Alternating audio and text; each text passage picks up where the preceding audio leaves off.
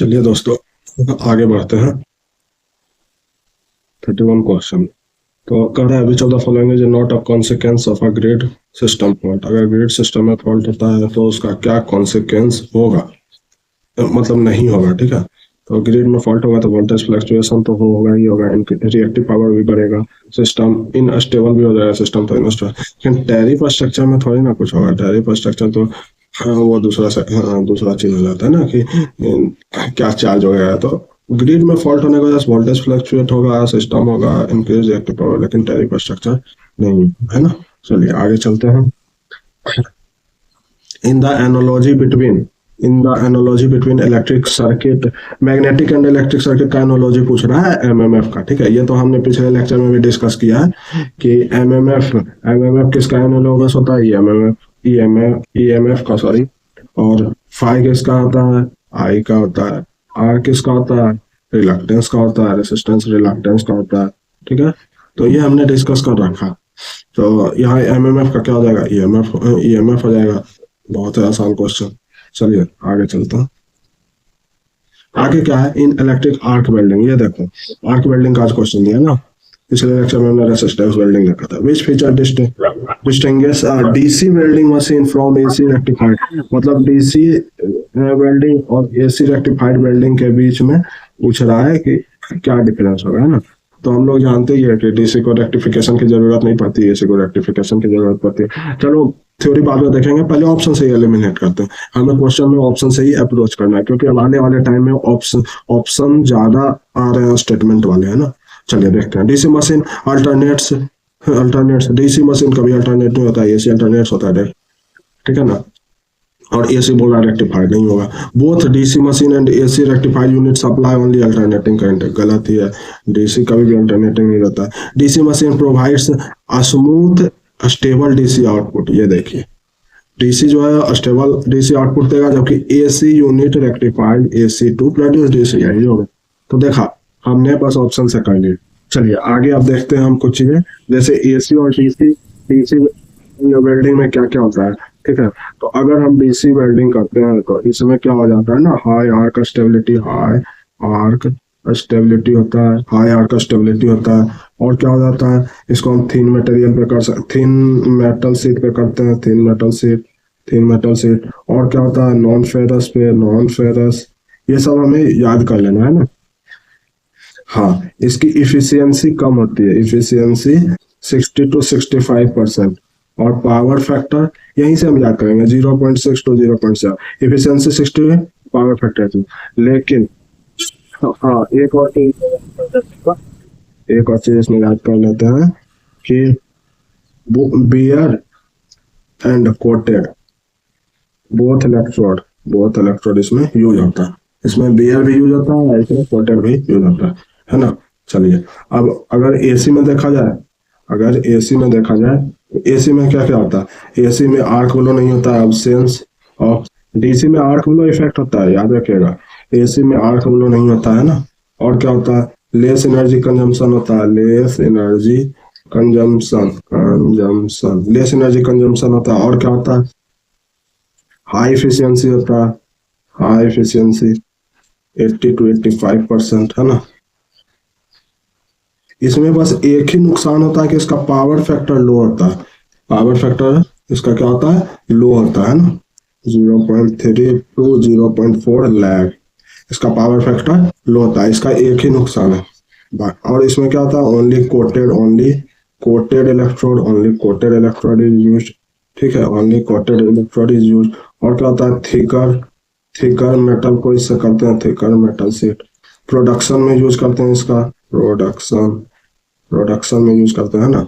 तो हमें सबसे जरूरी पॉइंट ये याद रखना है, ठीक है, कि इसका लो पावर फैक्टर होता है 0.3 to 0.4 पावर। और इसको इम्प्रूव कैसे करते हैं, इसको इम्प्रूव करते हैं कैपेसिटर से इम्प्रूव करते हैं। कैपेसिटर कनेक्ट कर देते हैं primary side of the welding transformer, तो मेरा पावर फैक्टर इम्प्रूव हो जाता है। तो आप देखिएगा एसी में सिर्फ फायदा ही फायदा, आर्क ब्लो नहीं हो रहा है, जबकि डीसी में आर्क ब्लो हो रहा है। ठीक है, एनर्जी कंजम्पशन भी कम हो रहा है, इफिशियंसी भी ज्यादा है ना। तो इसमें फायदा ही फायदा है, बस नुकसान ये है। और ये थोड़ा याद रखना है कि इसमें कोटेड इलेक्ट्रोड का यूज करते हैं और प्रोडक्शन में यूज करते हैं।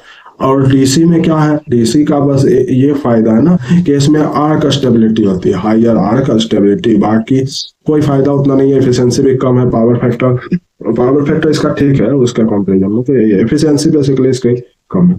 चलिए ये हमें याद रहेगा। चलिए आगे बढ़ते हैं दोस्तों।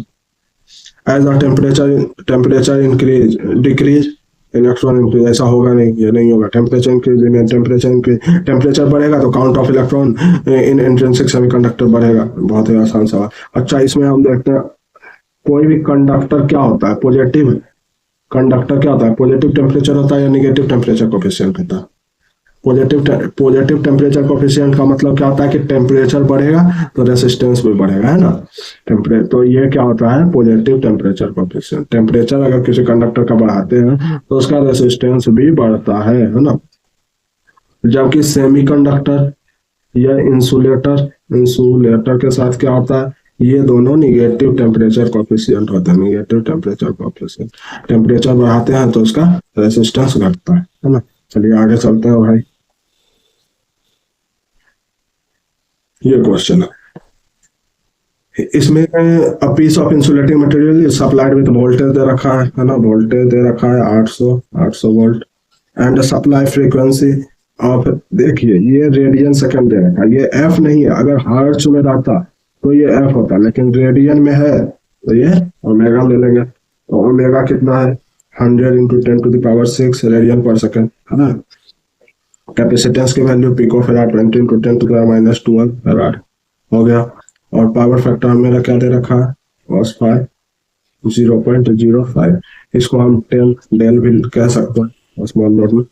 तो चलिए अब फॉर्मूला हमने पिछली क्लास में पढ़ा था, डाइलेक्ट्रिक लॉस क्या होता है, हमने ये होता है 2πf CB² 10 डेल, लेकिन इन हर्ज में ये होता है ना जब दिया हुआ रहता है, लेकिन ये भी होता है ओमेगा CB² 10 डेल, रेडियन में रहेगा तब इसको मैं, अब इसमें वैल्यू पुट कर दो आप, वैल्यू पुट करोगे तो क्या आ जाएगा, ओमेगा की वैल्यू 100 इंटू 10⁶, डायरेक्ट 10⁸ लिखते हैं, 10⁸, सी कितना है 20 इंटू 10⁻12, उसके बाद v कितना है 800 का स्क्वायर, और 10 अल्फा कितना है 0.05। इसको अपन सॉल्व करेंगे, तो कितना आ जाएगा, 8 का स्क्वायर 64 हो जाएगा दोस्तों, और 10⁻, यहाँ पे 4 हो जाएगा, और यहाँ पे 8 है तो 12 हो जाएगा, और इंटू 10⁻12, ये यहाँ से यहाँ कैंसिल हो जाएगा, इंटू 20 इंटू 0.05 हो जाएगा, है ना। अब इसको अगर मल्टीप्लाई करते हैं तो ये 1 हो जाता है, तो 64 हो जाएगा, 64 का आंसर हो जाएगा। क्लियर। चलिए आगे चलते हैं दोस्तों। इनर लिसेसियस पैटर्न दे रखा है, लिसेसियस वाला दे रखा है ना, कि if the ratio of frequency of two signal is 3/2, ratio of frequency दे रखा है, sorry, what will be the characteristics of the resulting figure of the oscilloscope. तो हम लोग जानते हैं कि frequency of x equal to frequency of x और फ्रीक्वेंसी ऑफ y का रेशियो क्या होता है, y एक्सिस पर जो टच होगा, y एक्सिस पर टच होने वाला, y एक्सिस पर टच होने वाला लोग डिवाइडेड बाय ये x एक्सिस पर टच होने वाला लोग, है ना। तो हम लोग जानते हैं, तो 3:2 दे रहा है ना। तो n11, ये तो फिगर विद सिंगल लूप, इसमें देखिए 1:1 हो जाएगा, ठीक है। इसमें सिंगल लूप बोल रहा है तो 1:1 ही होगा, हॉरिजॉन्टल में भी और वर्टिकल में भी। वाई एक्सिस सर्कल बोल रहा है, इसमें भी 1:1 ही होगा, लेकिन यहाँ क्या हो जाएगा, फेज डिफरेंसेस का अभी मैं बताऊंगा, वो सारी फेज डिफरेंसेस का क्या हो जाएगा, 90 हो जाएगा। और ये स्ट्रेट लाइन है, इसका भी 1:1 होगा, लेकिन फेज डिफरेंस क्या होगा, फेज डिफरेंस इसमें 180 हो जाएगा, है ना। अब कर रहा है N ellipse with 3 loops on x axis, सही कर रहा है कि एक्स एक्सिस पर 3 लूप्स है और वाई एक्सिस पर 2 लूप है, तो यही आंसर हो जाएगा, है ना। अगर इसका फिगर होगा तो कैसे होगा, इस तरह से होगा, 3 लूप जो है, 3 लूप एक्स एक्सिस में, एक लूप, दो लूप, सॉरी 3 लूप हो गया, और ये एक है ना। तो यहाँ पे देखिए 3 लूप कहाँ पे है, 3 लूप्स इन एक्स एक्सेस पर 3 लूप है ना, 1 2 3, और वाई एक्सेस पर कितने लूप है, 1 लूप है, तो वही हो जाएगा। अब हम इसमें कुछ चीजों को रिकॉल करेंगे, है ना। जैसे फेज एंगल, और फेज एंगल, जैसे अगर फेज एंगल 0 और 360 रहेगा तो लीस्ट पैटर्न क्या बनेगा, तो ये बनेगा स्ट्रेट लाइन, ये बनेगा, it's like a straight line this. अगर ये तो हो गया, और अगर 90 रहा और 270 रहा तो क्या बनेगा, सर्कल बनेगा, है ना, ये सर्कल बनेगा इस तरह से। अब और अगर 0 टू 90 और 270 टू 360 रहेगा, तो इसमें क्या बनेगा, इसमें बनेगा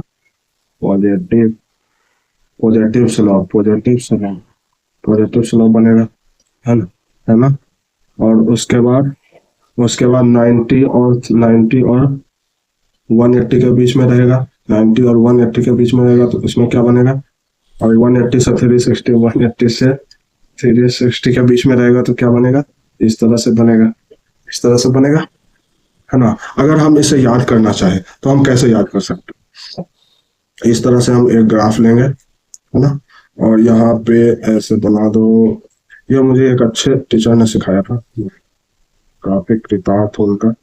ये 90 हो गया, ये 180 हो गया, ये 270 हो गया, ये 360। अब यहाँ देखो दोस्तों, ये यहाँ पॉजिटिव स्लोप बन रहा है ना, 0 टू 90 पॉजिटिव स्लोप, तो 0 टू 90 में ये वाली बनेगी। और यहाँ देखो, यहाँ भी पॉजिटिव स्लोप 270 टू 360, तो यहाँ पे ये हो जाएगा। लेकिन यहाँ देखो negative slope 90 to 180 and 180 to 270, तो ये वाला निगेटिव स्लोप ग्राफ हो जाएगा। ठीक है, याद रहेगा दोस्तों। चलिए आगे चलता हूँ, आप इन सब चीजों को नोट कर लें, है ना। चलिए ये देखिए, इसका आंसर की में गलत आंसर दिया था पीजीसीएल वाला ना। The efficiency of auto transformer का एफिशिएंसी स्लाइटली हायर होगा, जबकि पीजीसीएल वालों ने ये माना, लेकिन आंसर ये होगा स्लाइटली हायर होगा। ठीक है ना। ऑटो ट्रांसफार्मर को अगर हम रिकॉल करना चाहे तो हम क्या क्या रिकॉल कर सकते हैं।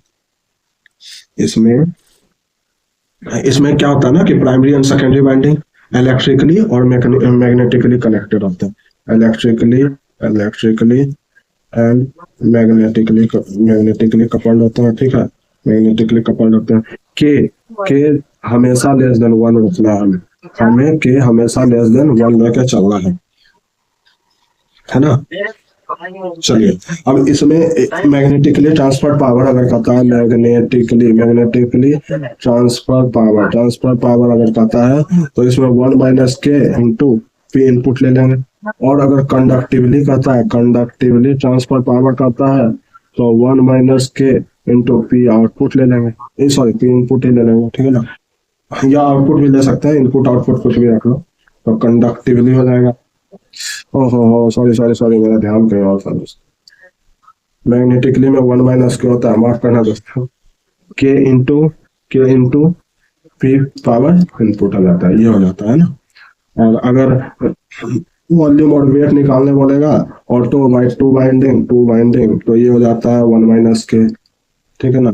और परसेंटेज सेविंग कॉपर होता है, तो के इंटू कर लेते हैं 100, है ना। और अगर रेटिंग बोलता है केवीए रेटिंग, तो इसमें 1 बाय केवीए रेटिंग में 1 बाय 1 माइनस के, ये याद, बाकी सभी में 1 माइनस के ही लेकर चल रहे हैं। चलिए आगे चलते हैं दोस्त। Select the correct statement for solenoid. The field pattern of solenoid similar to biomagnet. सही बात है, बायोमैग्नेट की तरह होता है। The magnetic field inside a solenoid is uniform. Magnetic field inside solenoid is uniform ही होता है इसके solenoid both। इसमें कोई देखने लायक नहीं था दोस्तों। चलिए आगे चलते हैं। When using short pitch winding, which connection type in a 3-phase synchronous generator is more effective in? देखिए ट्रिपलेन हार्मोनिक्स का आता है, ट्रिपलेन हार्मोनिक्स वो होता है, ट्रिपलेन हार्मोनिक्स क्या होता है। ट्रिपलेन हार्मोनिक्स 3 का मल्टीपल वाला जो भी होता है ट्रिपलेन हार्मोनिक्स होता है। एग्जांपल 3rd 9th 15th, ये सब क्या हो जाता है, ट्रिपल हार्मोनिक हो जाता है, ठीक है। अब इन तीनों का क्या होता है, ट्रिपल हार्मोनिक का फेज एंगल सेम होता है, इसका फेज एंगल सेम होता है, phase angle same, phase angle same, phase angle क्या होता है इसका, सेम होता है। इसका इसको मतलब हम क्या कर सकते हैं, ये इन फेज होता है, ठीक है, ये इन फेज होता है। ऐसे हमें पता ही है कि 120 डिग्री नॉर्मली फेज डिफरेंस होता है ना। तो क्या करते हैं कि फेज वोल्टेज से हटाने के लिए शॉर्ट पिच वाइंडिंग लेते हैं 60 डिग्री पिच, 60 डिग्री इसका पिच होता है ना। शॉर्ट पिच वाइंडिंग क्या होता है, शॉर्ट पिच वाइंडिंग क्या होता है कि ये 180 होता है, 180 से जो कम होता है वही हो जाता है शॉर्ट पिच वाइंडिंग, है ना। 180 से कम के लिए लेते हैं, ये कॉइल स्पैन होता है, और इससे कम के लिए लेते हैं शॉर्ट पिच वाइंडिंग हो जाता है। तो हम इसको हटाने के लिए, ट्रिपल हार्मोनिक को हटाने के लिए शॉर्ट पिच 60 डिग्री लेते हैं, क्योंकि short pitch winding cos N alpha by 2 होता है ना। तो यहाँ 3 इंटू 60/2 होता है तो 30, तो cos 90 जीरो हो जाएगा, शॉर्ट पिच वाइंडिंग की वजह से ये मेरा हट जाएगा, है ना। और क्या होता है ना कि अब डेल्टा कनेक्शन में क्यों लेते हैं, डेल्टा, इसका आंसर डेल्टा होगा। तो डेल्टा कनेक्शन में क्या हो जाता है ना, ये बेस्ट होता है सबसे, क्योंकि इसमें ट्रिपल हार्मोनिक जो है इसमें सर्कुलेटिंग करंट के रूप में ट्रैप हो जाता है, और लाइन में ये नहीं जा पाता, इसमें ट्रैप हो जाता है और लाइन में नहीं जा पाता, इसलिए हम इसको यूज करते हैं। Got it. आगे देखते हैं, the magnitude of generated AC voltage in alternator depends on which of the following parameter, किस पर डिपेंड करता है, तो rotational speed, only extreme keyword है, आप ये ऑप्शन ही एलिमिनेट करना, ठीक है। ओनली कीवर्ड वाला जनरली नहीं होता है। ऐसे हमें पता है कि सिर्फ रोटेशनल पे तो नहीं, सिर्फ मैग्नेटिक स्ट्रेंथ पे नहीं, कल का टर्न्स, मैग्नेटिक फील्ड स्ट्रेंथ, इन सबों पे डिपेंड करता है। अच्छा, जनरेटेड फार्मूला क्या होता है इसका, ये का 4.44 फाई एफ एम होता है ना, या फिर 4.44 phi F T phase into K P into K D होता है ना। ये फॉर्मूला होता है, हमें पता है। चलिए आगे चलते हैं दोस्तों। अब इस type of earthing is most suitable for high rise, ये देखिए रटने वाला क्वेश्चन है। हाई राइज बिल्डिंग में, हाई राइजिंग कमर्शियल बिल्डिंग में कौन सा यूज करते हैं हम, तो हम इसमें केमिकल अर्थिंग का यूज करते हैं। कौन सा यूज करते हैं हम, इसमें केमिकल अर्थिंग का यूज करते हैं, है ना। इसको याद कर लीजिएगा। और हाई लोड या हाई राइज बिल्डिंग के लिए केमिकल। अब इसमें अपन रिकॉल करेंगे कुछ चीजें, जैसे कि हम क्या क्या पढ़े हैं, वायर और स्ट्रिप अर्थिंग, स्ट्रिप अर्थिंग इसका यूज कहाँ करते हैं, रॉक की सॉइल जहाँ भी होता है तो वायर और स्ट्रिप अर्थिंग का यूज करते हैं, ठीक है ना। और दूसरा क्या है, दूसरा क्या है, रॉड अर्थिंग। रॉड वाला हम कहाँ यूज करते हैं, सैंडी सॉइल में यूज करते हैं। मतलब सैंडी सॉइल होगा तो रॉड को हम इजीली वहां से गड़ सकते हैं ना, वायर स्टिक तो हम गड़ सकते हैं सैंडी सॉइल में। इसको और क्या कहते हैं, इसको और कहते हैं फायर अर्थिंग। ये सारे PYQ है, ठीक है, तो इसे ध्यान रखिएगा। थर्ड क्या होता है, pipe earthing. Most commonly use इसी को करते हैं, मोस्ट कॉमनली यूज, और बेस्ट भी इसी को माना जाता है ना। इसमें क्या होता है, 15 सेंटीमीटर का अल्टरनेट लेयर देते हैं, किसका, अल्टरनेट लेयर देते हैं कोक का, ठीक है, नमक कोक वगैरह का। और चौथा क्या, प्लेट अर्थिंग। इसका यूज कहाँ करते हैं, ये क्वेश्चन DRDO में आया हुआ था। Plate earthing use for generating sub station. और DRDO में था माइनिंग में किसको यूज करते हैं, किसी को माइनिंग वगैरह में प्लेट अर्थिंग का यूज करते हैं। इसमें हमें दो चीज होती है। इसमें आप फिगर देखे हुए तो इसमें 2 पाइप होते हैं, जैसे कि एक ये है, ठीक है, एक ये है, और ये रहती है। इसके थ्रू वायर आता है, अर्थ वायर इसी में रहता है, और अर्थ वायर, ठीक है, और ये रहती है। तो ये अर्थ वायर आते हैं, तो इसका जो होता है डायमीटर, इसका होता है 12.7 mm डायमीटर होता है, और ये इस पाइप का। और जो ये पाइप होती है, इसके डायमीटर होती है 19 mm। और यहीं से हम क्या करते हैं, पानी वगैरह डालते हैं जब भी हम अर्थिंग नहीं आता या कम आता है, तो ठीक है। तो ये चीज हमें याद रखना है कि इसका ये भी PYQ है, 12.7 और 19 mm, ठीक है। चलिए आगे चलते हैं। What is the correct transfer function of YX। अब देखिए नेगेटिव फीडबैक बोल रहा है, forward path again, negative feedback बोल रहा है, यही देखना है। तो नेगेटिव फीडबैक में जानते हैं कि नीचे में प्लस होगा, पॉजिटिव में नीचे माइनस होगा। तो G1 G2 1 plus G1 G2 ये हो जाता है नेगेटिव में, और पॉजिटिव रहता है तो G1 G2 1 minus G1 G2 H, ये पॉजिटिव में हो जाएगा, पॉजिटिव में नीचे माइनस होगा, नेगेटिव में नीचे प्लस होगा, तो ये आंसर हो जाएगा। चलिए आगे चलते हैं।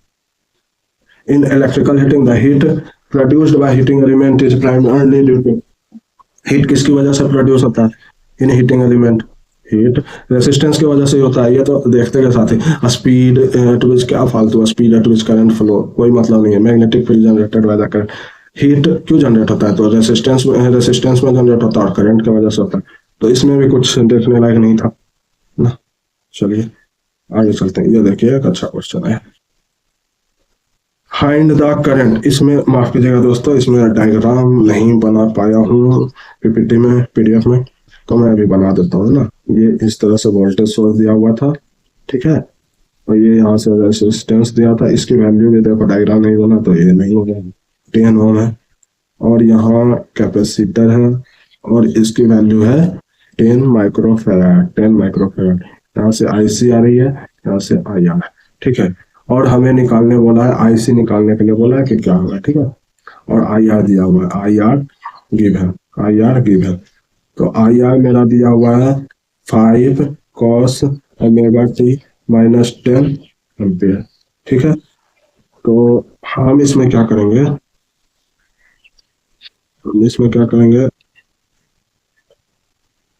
पहले हम वीटी निकालते हैं ना, पहले हम इसमें वीटी निकालते हैं। तो VT equal to I into R हो जाएगा, आई आर इंटू आर। तो आई आर में मेरे को पता है 5 cos ओमेगा टी माइनस, ये थोड़ा लंबा जाएगा, ठीक है, तो इंटू 10, तो इसका आंसर मिल जाएगा 50 cos omega T minus 10 volt. ये हो गया मेरा, ठीक है ना। अब हमें आईसी निकालना है, और आईसी हम जान रहे हैं दोस्तों, आईसी का क्या होता है, c into d v by d t, है ना, ये होता है आईसी का। सी हमें पता है, डीवी बाई डी टी नहीं पता है, तो हमें डीवी बाई डी टी निकालना होगा। यहाँ से हम वीटी निकाल चुके हैं, तो इसको हम क्या करते हैं, डिफरेंशिएट। इसको अगर हम डिफरेंशिएट कर दे तो हमारा ये निकल जाएगा, और इसमें पुट कर देना है, इसमें पुट कर देना है। तो अगर हम इसको डिफरेंशिएट करेंगे, डीवी बाई डी टी, अगर हम इसका डिफरेंशिएट करेंगे तो 50 बाहर आ जाएगा, minus sine omega T minus 10 into omega बनेगा, ठीक है।